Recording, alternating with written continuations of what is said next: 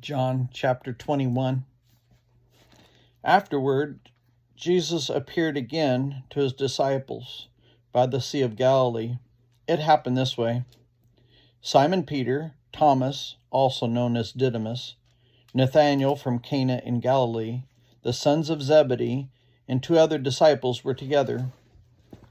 "I'm going out to fish," Simon Peter told them, and they said, "We'll go with you."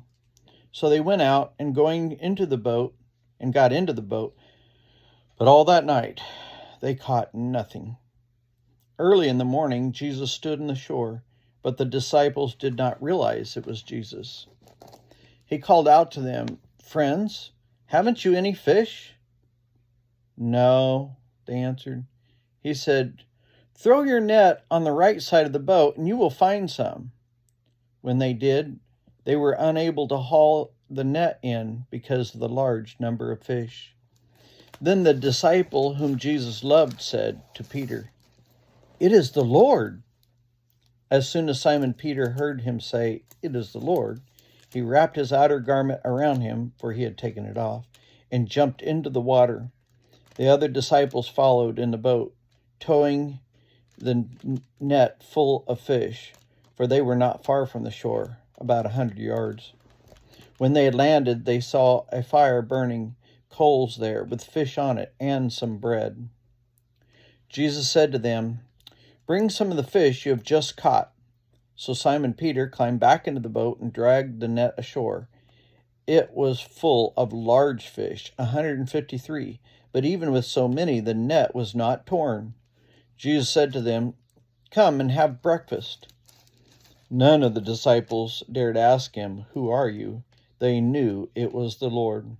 Jesus came, took the bread, and gave it to them, and did the same with the fish. This was now the third time Jesus appeared to his disciples after he was raised from the dead. When they had finished eating, Jesus said to Simon Peter, "Simon, son of John, do you love me more than these?" "Yes, Lord," he said, "you know that I love you." Jesus said, "Feed my lambs." Again Jesus said, "Simon, son of John, do you love me?" He answered, "Yes, Lord, you know that I love you." Jesus said, "Take care of my sheep." The third time he said to them, "Simon, son of John, do you love me?" Peter was hurt because Jesus asked him the third time, "Do you love me?" He said, "Lord, you know all things, and you know that I love you." Jesus said, "Feed my sheep. Very truly I tell you, when you were younger, you dressed yourself and went where you wanted. But when you are old, you will stretch out your hands, and someone else will dress you and lead you where you do not want to go." Jesus said this to indicate what kind of death which Peter would glorify God. Then he said to him, "Follow me."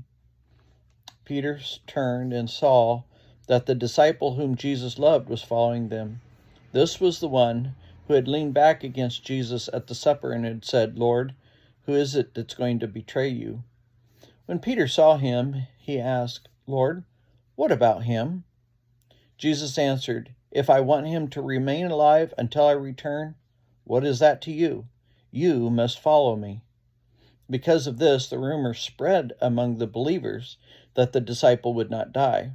But Jesus did not say that he would not die.